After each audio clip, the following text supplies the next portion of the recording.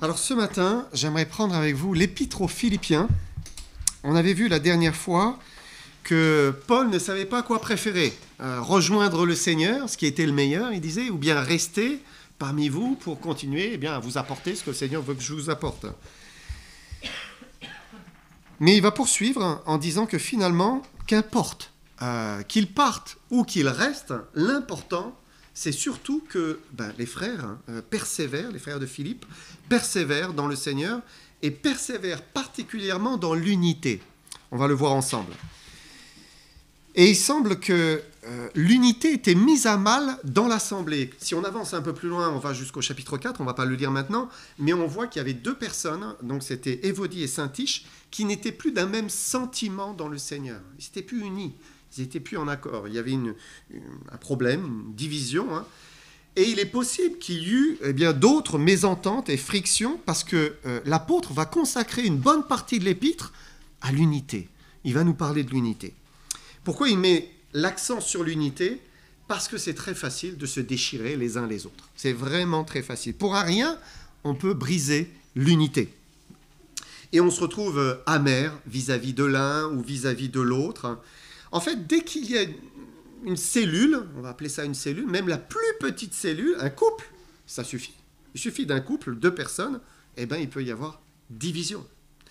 Alors combien plus une grande cellule, c'est-à-dire une assemblée, où là, il y a beaucoup de personnes, et donc beaucoup d'interactions, de rencontres, et forcément une augmentation du risque, que ça grince, et que ça ne se passe pas bien. Mais ça fait partie du plan de Dieu. Dieu le savait en voulant que les chrétiens se réunissent dans une cellule, dans un corps. Parce que dans toute relation ou communion, il y a des grandes bénédictions, des grandes joies, un enrichissement qu'on ne peut pas avoir ailleurs. C'est pour cela que Dieu a voulu, premièrement, on va dire la cellule du mariage. Voilà, la première, la plus petite cellule, parce qu'il y a un bienfait, il y a des bénédictions, c'est quelque chose, c'est un enrichissement. Et puis parce qu'il a voulu aussi l'Église, bien sûr, le corps de Christ, l'assemblée locale, parce que là encore, il y a un enrichissement, quelque chose de bon. Il voulait nous bénir. Mais en même temps, à cause du péché, il y a une prise de risque dès que vous mettez deux personnes ensemble. Il suffit de deux. Forcément, un jour, quelqu'un ne dit pas ce qu'il faut dire, ne fait pas ce qu'il aurait dû faire. Il blesse, il se comporte mal, il commet des maladresses qui offensent. Et il y a toujours les deux dans une cellule, le positif et le négatif, les deux à la fois. Mais ça fait partie, encore une fois, du plan divin. Et de la même manière que Dieu nous sanctifie dans un couple, c'est clair que Dieu veut nous sanctifier l'un par l'autre, et nous faire progresser. De la même manière, Dieu nous sanctifie dans le corps de Christ, dans l'assemblée. Et finalement, les incompréhensions, les maladresses, les offenses, le manque de sagesse, de tact, d'humilité parfois, ça contribue à notre sanctification. Ça nous oblige à la sanctification. Si on veut plaire au Seigneur, c'est ça qui est important, plaire au Seigneur, bien sûr, à ce moment-là, on va être sanctifié. Celui qui ne veut pas plaire au Seigneur, il ne sera pas sanctifié. Ça va partir en vrille. Mais quand on veut plaire au Seigneur, il va y avoir une sanctification. Il y a quelque chose qui s'opère parce qu'on s'humilie, parce qu'on demande pardon, parce qu'on se met en retrait, parce qu'on patiente, parce qu'on espère, parce qu'on prie encore et encore. Et donc, il y a une sanctification qui s'opère et on change. Et c'est ce que Paul va enseigner à ses frères de l'assemblée de Philippe. Je vais m'incliner courtement dans la prière avant de lire. Seigneur, merci Père de ces moments ensemble et fais-nous du bien par ta parole. Encore, Seigneur, nous avons besoin de toi. Sans cesse, nous venons vers toi. Seigneur, tu es celui qui nous rassasie. Nous sommes des mendiants devant toi et nous sommes heureux de l'être parce qu'il est bon de recevoir de toi, de ta main. Bénis-nous, Seigneur, encore. Fais-nous du bien et aide-nous à t'aimer davantage. Au nom de Jésus-Christ. Amen. On va lire ensemble Philippiens 1, 27 à 30. Il dit seulement, conduisez-vous d'une manière digne de l'évangile de Christ, afin que, soit que je vienne vous voir, soit que je reste absent, j'entends dire de vous que vous demeurez fermes dans un même esprit, combattant d'une même âme pour la foi de l'Évangile, sans vous laisser aucunement effrayer par les adversaires, ce qui est pour eux une preuve de perdition, mais pour vous de salut. Et cela vient de Dieu, car il vous a été fait la grâce par rapport à Christ, non seulement de croire en lui, mais encore de souffrir pour lui, en soutenant le même combat que vous m'avez vu soutenir et que vous apprenez maintenant que je soutiens encore. Donc Paul les exhorte à se conduire d'une manière digne de l'Évangile, sans se laisser effrayer par les adversaires, parce qu'ils avaient des adversaires, hein. Ils avaient de l'opposition, ils avaient des persécutions, ils vivaient des choses difficiles hein, qui auraient pu les pousser à renoncer, et donc il ne fallait pas qu'ils se découragent, il fallait qu'ils persévèrent. Mais j'aimerais relever ce qu'il commence par dire au verset 27. Si on peut remettre le verset 27, merci Jean-Daniel. Ce qu'il attendait, c'était qu'ils demeurent fermes dans un même esprit et qu'ils combattent d'une même âme pour la foi de l'Évangile. Et ce mot « même », il met l'accent sur l'unité. Une même âme, un même esprit. Ça traduit une entente, en fait. Ça traduit un désir de marcher ensemble, de viser une même direction, de rester dans le même combat. Et l'apôtre leur avait laissé un exemple en combattant pour la foi de l'Évangile.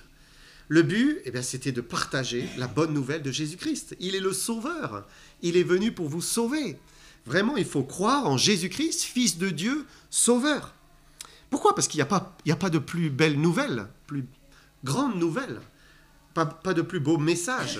Connaître Jésus-Christ, être réconcilié avec le Père, recevoir le pardon, l'assurance de la vie éternelle, être transformé par son esprit. Mais il n'y a pas de plus beau message. Mais parfois, les chrétiens perdent de vue le plan de Dieu, l'objectif de Dieu, les œuvres de Dieu et leur place finalement dans le monde. Pourquoi Dieu les laisse dans le monde ?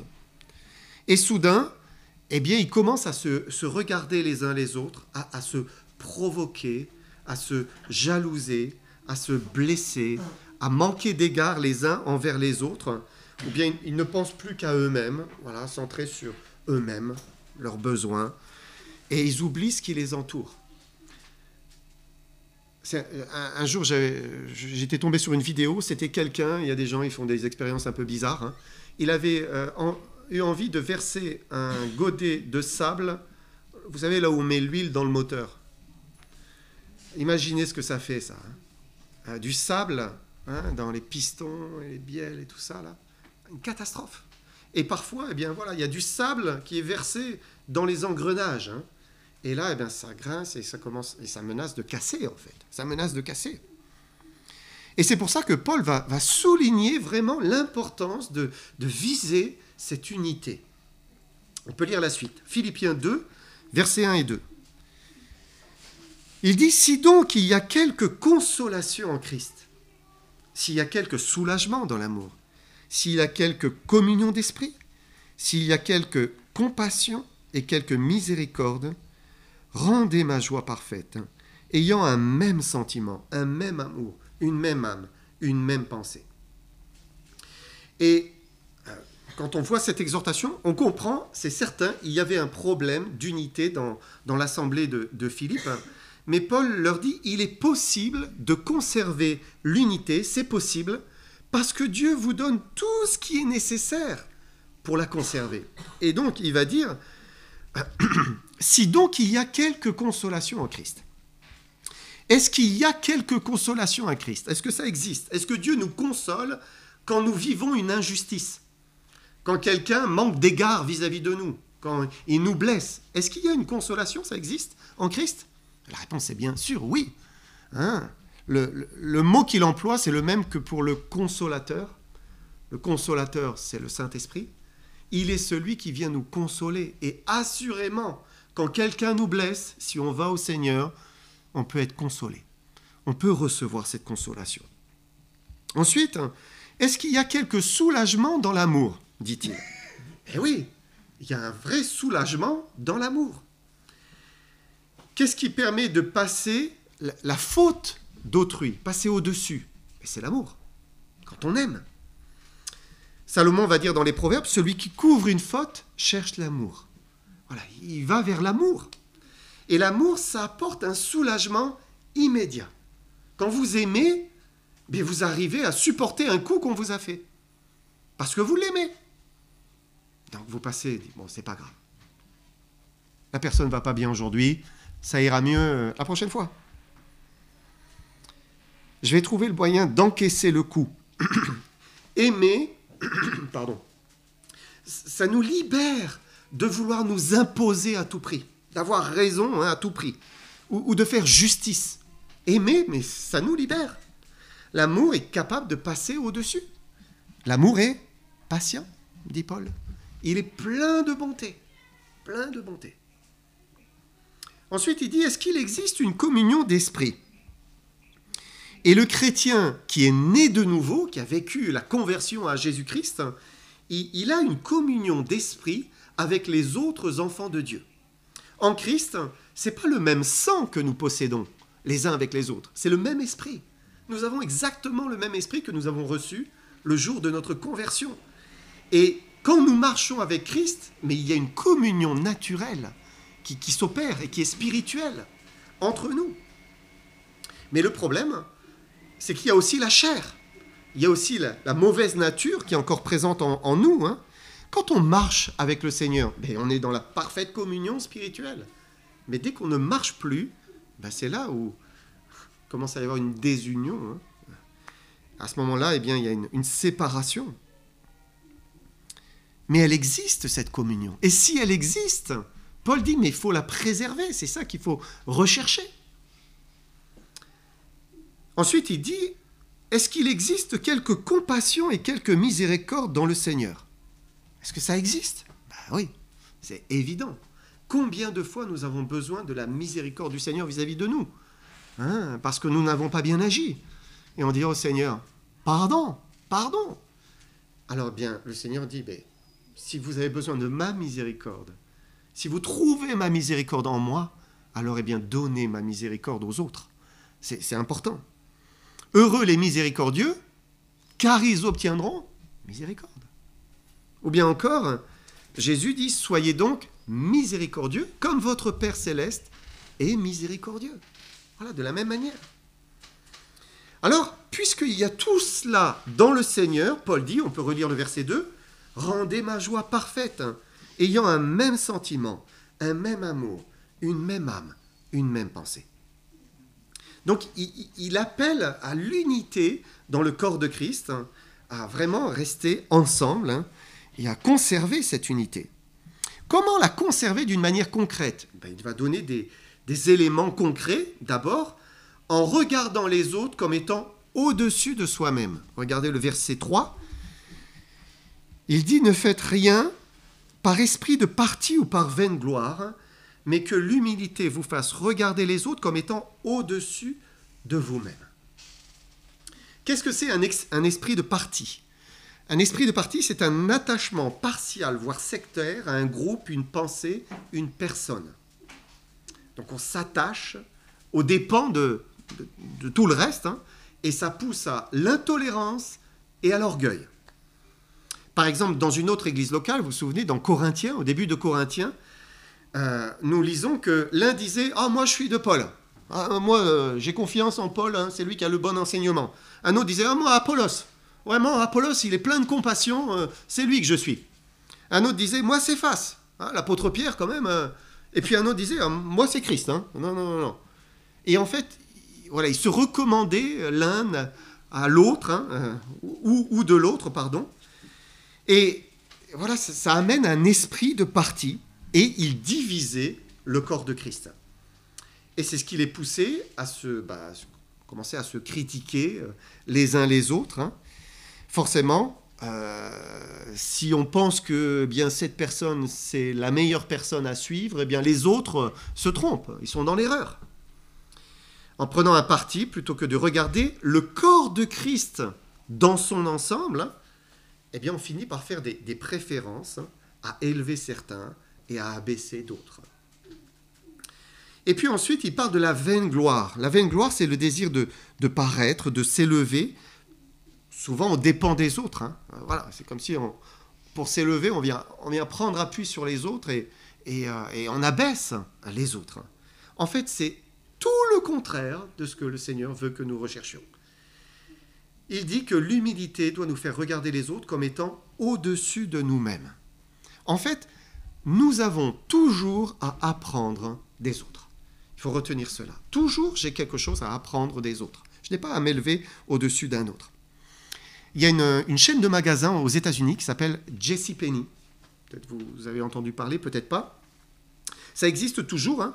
Ça vient de son fondateur, donc, qui s'appelait James Cash Penney. Donc ça a donné JCPenney. Et c'était un vrai chrétien qui s'est converti au cours de sa vie. Hein. Son père était pasteur baptiste. Hein. Et son fils, donc JCPenney, avait une devise. C'était Matthieu 7,12. Tout ce que vous voulez que les hommes fassent pour vous, faites-le de même pour eux, car c'est la loi et les prophètes. C'est un homme, il a commencé comme simple employé dans une chaîne de magasins, et puis il travaillait bien, il était intègre, il était droit, on avait confiance en lui, on lui a confié la responsabilité d'un magasin. Et puis finalement, il a pu acheter les 3 magasins dont il dépendait, et puis donc il a dirigé ces 3 magasins, et puis il est passé à 34 magasins, et puis quelques années plus tard, 120 magasins. Et en 1929, c'était une chaîne de 1400 magasins. Et je ne sais pas comment il a vécu, j'imagine très mal, la crise de 29 hein, aux États-Unis. Ça a dû être une catastrophe. Hein. Il existe aujourd'hui encore 650 magasins JCPenney aux États-Unis. Mais James Cash avait pour l'habitude de considérer tous ses employés.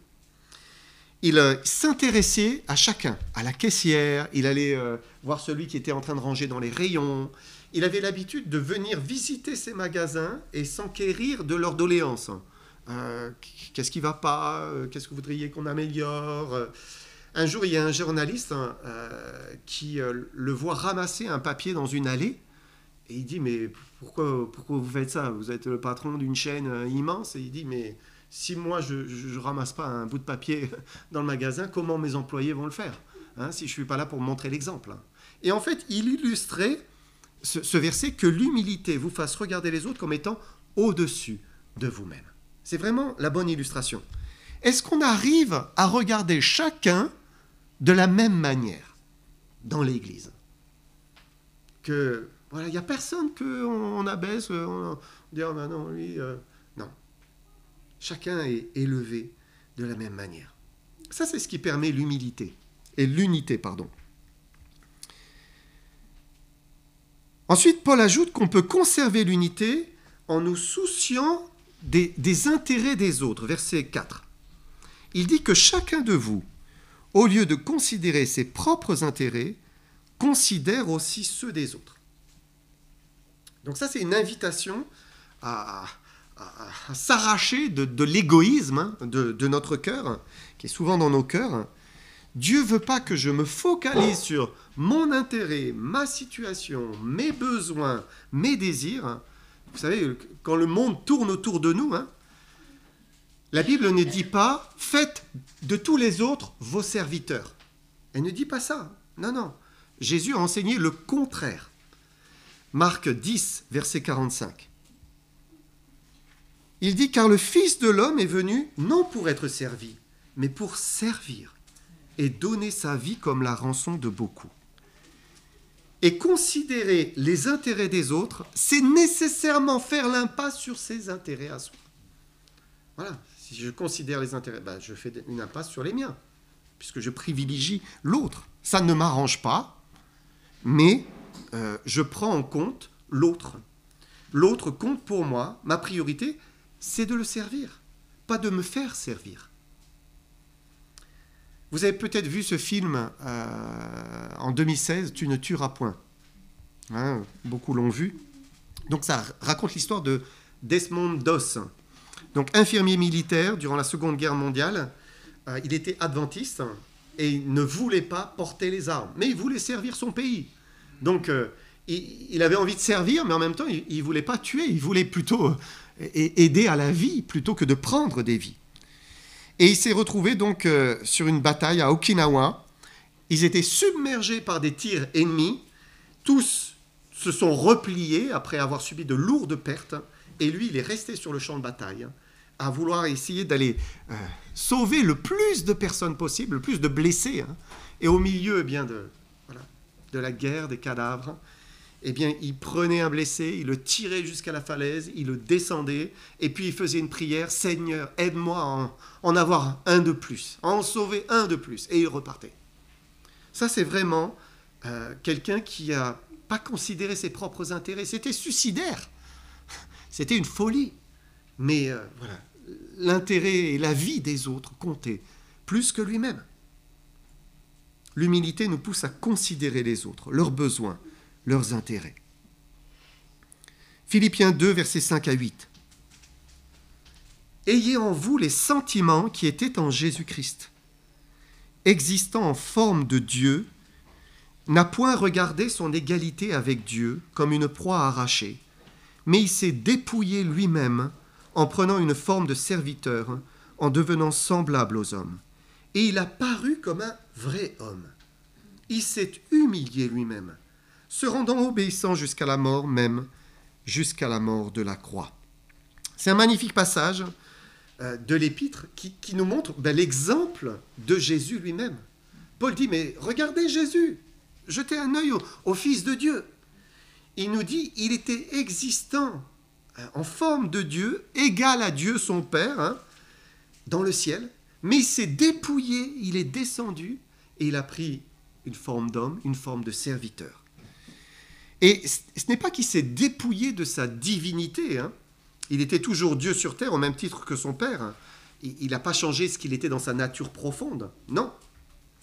Il n'a pas abandonné sa divinité, mais il a plutôt voilé sa gloire, caché sa gloire. Il a renoncé à manifester sa gloire divine. Elle ne se voyait plus sur l'extérieur, celle qu'il avait auprès du Père. C'est cela il n'a pas regardé comme une proie à arracher. Voilà, j'abandonne, cela. Et il s'est limité dans un corps d'homme, et il a renoncé à certains de ses attributs, puisque il a connu la faim, la fatigue, la soif, il s'est senti faible.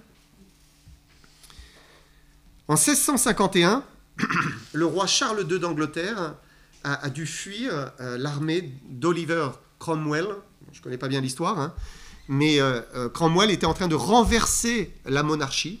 Et lui, pour éviter d'y passer, il s'est sauvé. Il avait une vingtaine d'années. Et il a renoncé à tous ses privilèges royaux et tout cela. Et il a vécu comme un simple paysan. Il s'est même mis à travailler comme un domestique.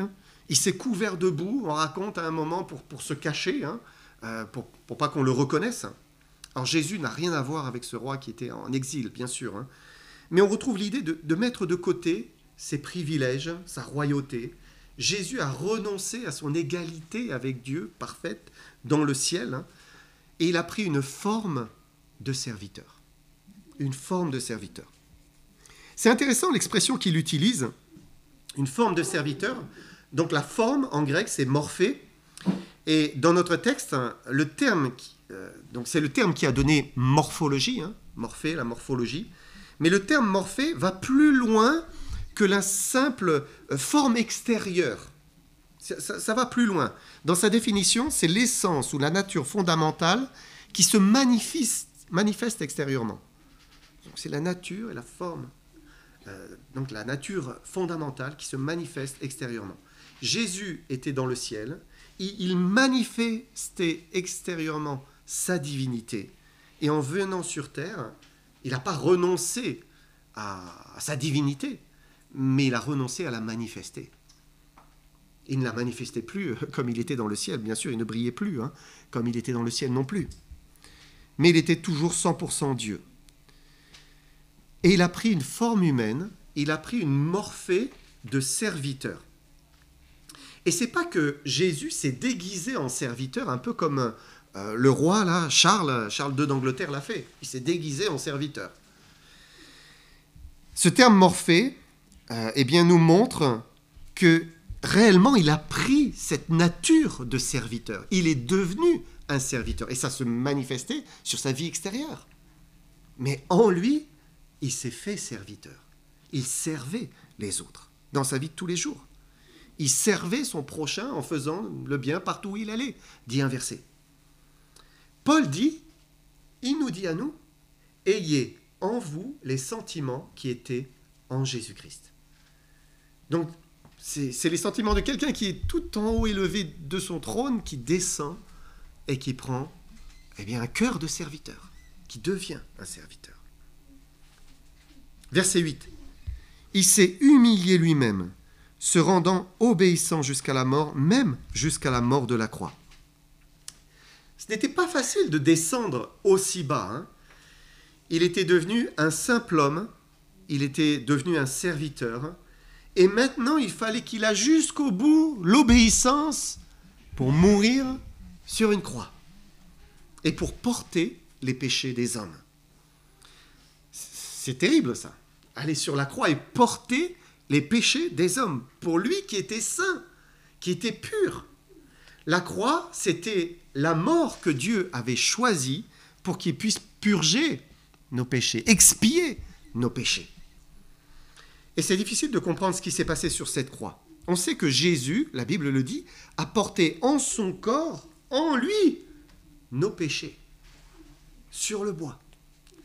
On sait qu'il y a eu séparation du Père éternel avec le Fils éternel, puisque Jésus a crié « Mon Dieu, pourquoi m'as-tu abandonné ?» Donc le Père s'est détourné, il n'a plus regardé son Fils bien-aimé. Pourquoi ? Parce qu'il était en train de prendre nos péchés dans son âme. C'est ça. Christ était saint quand il est descendu et qu'il a marché sur la terre. Il était saint au milieu de ses disciples. Il était saint, il n'a jamais péché durant toutes ces 33 ans d'existence sur la terre. Mais soudain, il était coupable. Il était coupable. Il s'est rendu coupable de nos mensonges. Il s'est rendu coupable de nos vols. Il s'est rendu coupable de tous nos péchés, toutes les choses mauvaises, notre égoïsme, notre orgueil, nos excès, notre débauche, tous les pires péchés que nous avons pu commettre. Et c'est l'humanité entière. Il a pris tout ça dans son âme. Il a porté, il s'est rendu coupable de tout cela. Le Père ne pouvait plus avoir communion avec le Fils. C'était impossible. Il était sale. Il était sale. Et il a subi le jugement que nous méritions. Et maintenant, Dieu nous dit une seule chose au pécheur. Il lui dit, mais crois au Seigneur Jésus et tu seras sauvé. Crois en lui, mets ta confiance en Jésus-Christ. Invoque-le. Celui qui invoquera le Seigneur sera sauvé, dit la parole de Dieu. Donc si on l'invoque, Seigneur, sauve-moi. Je suis un pécheur, je suis perdu, je vais en enfer. Sauve-moi. Le Seigneur le sauve. En un instant, il le pardonne. Parce qu'il a porté ses péchés sur la croix. Si on le croit, on est immédiatement lavé, purifié, pardonné, blanchi. Une vie nouvelle commence. Et on devient son disciple, son enfant. Si nous l'avons fait, alors maintenant il faut suivre son exemple. C'est ce que le Seigneur nous enseigne par ce passage. Avoir ses sentiments, son humilité, son amour, son esprit de service. Quelle que soit la position que nous avons aujourd'hui, les privilèges, l'honneur, Dieu nous demande de descendre avec humilité. Pour servir et non être servi. Ça, c'est ce que le Fils de Dieu a fait. Alors, versets 9 à 11, Philippiens 2. C'est pourquoi aussi Dieu l'a souverainement élevé et lui a donné le nom qui est au-dessus de tout nom, afin qu'au nom de Jésus, tout genou fléchisse dans les cieux, sur la terre et sous la terre, et que toute langue confesse que Jésus-Christ est Seigneur à la gloire de Dieu le Père. Parce que le Fils de Dieu s'est humilié, parce qu'il a été obéissant, parce qu'il a fait tout ce que Dieu lui demandait, Dieu l'a souverainement élevé. Et en fait, il a vécu le plus grand abaissement, quand on considère de où il était et où il est allé, et ensuite la plus grande élévation. Il a vécu les deux à la fois, de la gloire céleste à la crucifixion pour nos péchés, et de la crucifixion à la résurrection et à l'élévation dans le ciel. Il est pour nous l'exemple vivant de ce qui nous appelle à vivre et à faire sur terre. Dieu nous demande de descendre et de servir, pour qu'un jour, il nous récompense. Plus tard, c'est ce que la parole de Dieu dit aussi. Considérer les autres, les honorer, comprendre leurs besoins, vouloir y pourvoir. Tout cela, c'est le meilleur moyen de conserver l'unité. C'est le meilleur moyen. Dans l'assemblée, et je fais une parenthèse, dans le couple, c'est pareil. C'est pareil. Que le Seigneur nous y aide. Amen.